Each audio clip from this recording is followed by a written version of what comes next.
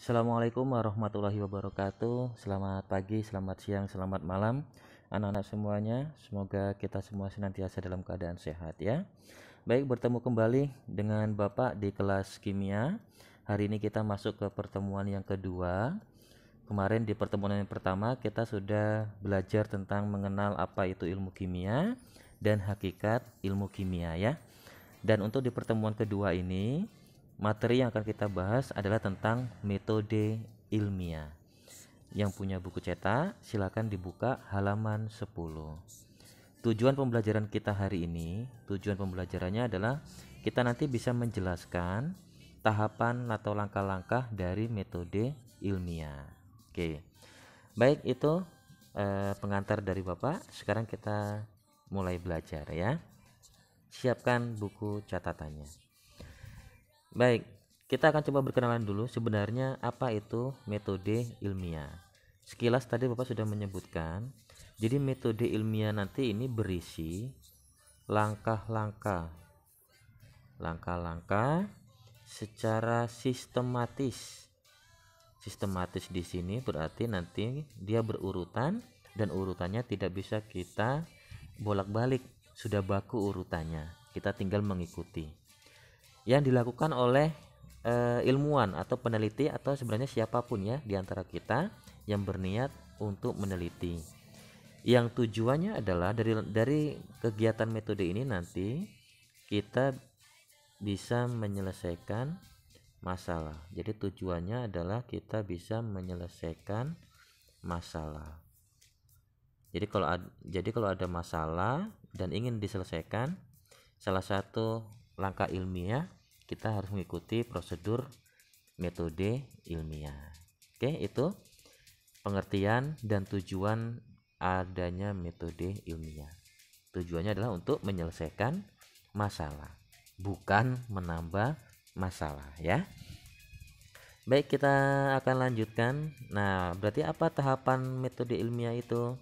Oke, di sini kita bisa lihat bersama. Tahapan pertama dari metode ilmiah adalah merumuskan masalah. Nah, sebelum merumuskan masalah sebenarnya ada tahapan awal yang tidak masuk sih, yaitu menemukan masalah. Ada dulu masalahnya ya, baru bisa kita rumuskan. Tapi kita kenalan dulu sebenarnya apa sih masalah itu. Jadi masalah itu kalau secara bahasa Indonesianya mungkin berbeda antara kenyataan dengan harapan gitu ya. Harapannya apa, kenyataannya apa, jadilah masalah ya. Oke. Tapi di dalam tahapan metode ilmiah ini yang diminta masalah itu adalah kejadian yang berulang-ulang. Jadi sesuatu yang akan kita sebut masalah adalah kejadian itu berulang-ulang. Berulang-ulang ya. Berulang-ulang. Atau kejadian itu unik.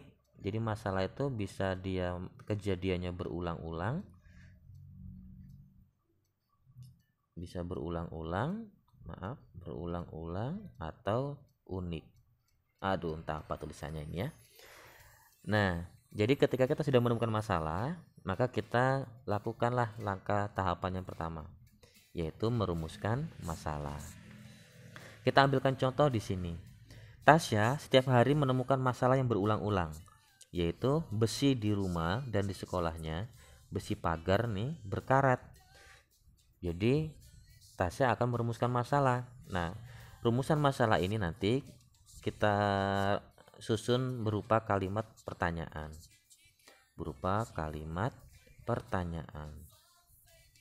Jadi cara membuatnya buat berupa kalimat pertanyaan. Berarti gunakan kata tanya. Bisa apakah, ya kan? Bisa mengapa, bisa bagaimana. Tinggal kita nanti merangkai dan nanti diakhiri dengan tanda tanya. Contoh misalnya, apakah yang menyebabkan perkaratan besi di rumah dan di sekolah Tasya? Nah, tanda tanya bisa. Atau rumusan masalah yang kedua, mengapa besi di rumah dan di sekolah Tasya berkarat? Nah, tanda tanya. Atau kalau menggunakan kata bagaimana, bagaimana terjadinya atau proses terjadinya perkaratan besi di rumah dan di sekolah Tasya. Nah, jadi kita tinggal merangkai dengan kalimat yang pas, dengan kata tanya apakah, mengapa, bagaimana. Sesuaikan tapi ya, nanti hingga menjadi sebuah kalimat tanya yang bagus. Nah, setelah kita merumuskan masalah, maka langkah kedua adalah kita menyusun kerangka berpikir. Nah, bagaimana cara menyusun kerangka berpikirnya? Jadi, menyusun kerangka berpikir ini dengan melakukan observasi atau pengamatan. Kita melakukan pengamatan atau observasi. Pengamatannya ini maksudnya adalah kita mencari informasi. Nah, seperti di sini dicontohkan Tasya mencari tahu melalui buku-buku, melalui internet tentang faktor penyebab perkaratan. Nah, jadi pengamatan di sini bisa melalui literatur buku atau mungkin bisa berkunjung langsung wawancara dengan ahli. Mana tahu ada ahli di sekitar kita yang bisa diwawancarai tentang penyebab terjadinya besi berkarat. Oke, atau dengan melihat hasil penelitian orang-orang terdahulu.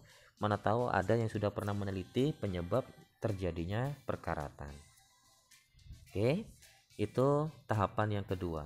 Tahapan pertama merumuskan, tahapan kedua menyusun kerangka.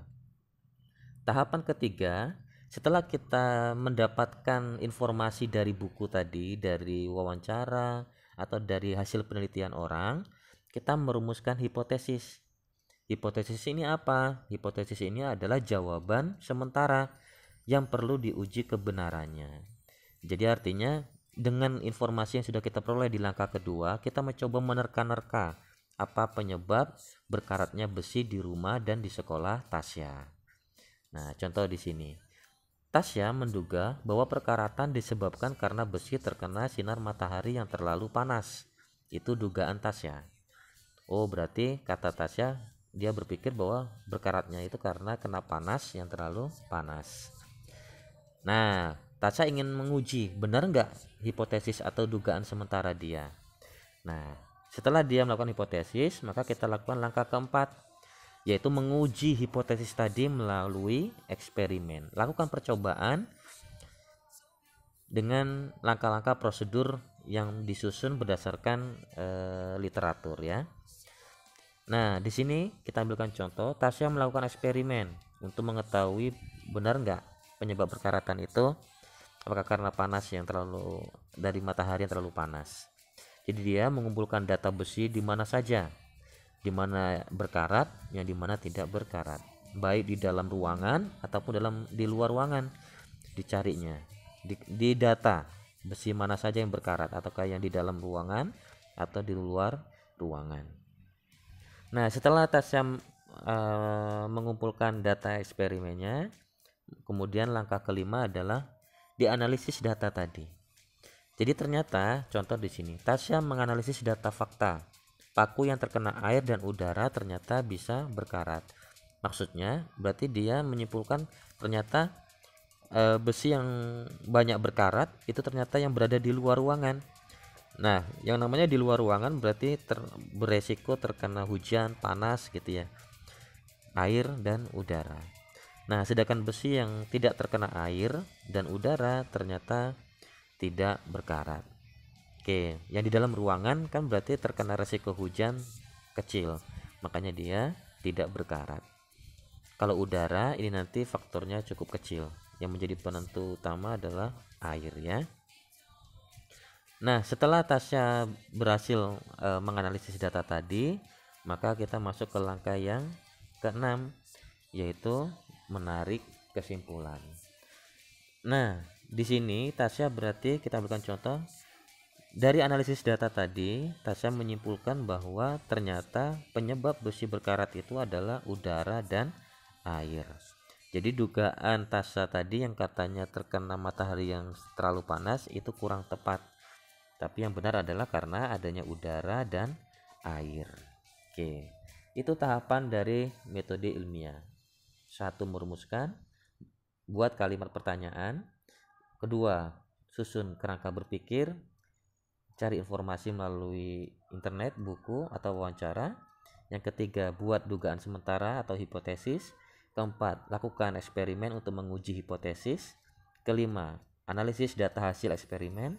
Yang keenam, menarik kesimpulan. Itu dia tahapannya, ada 6 langkah metode ilmiah.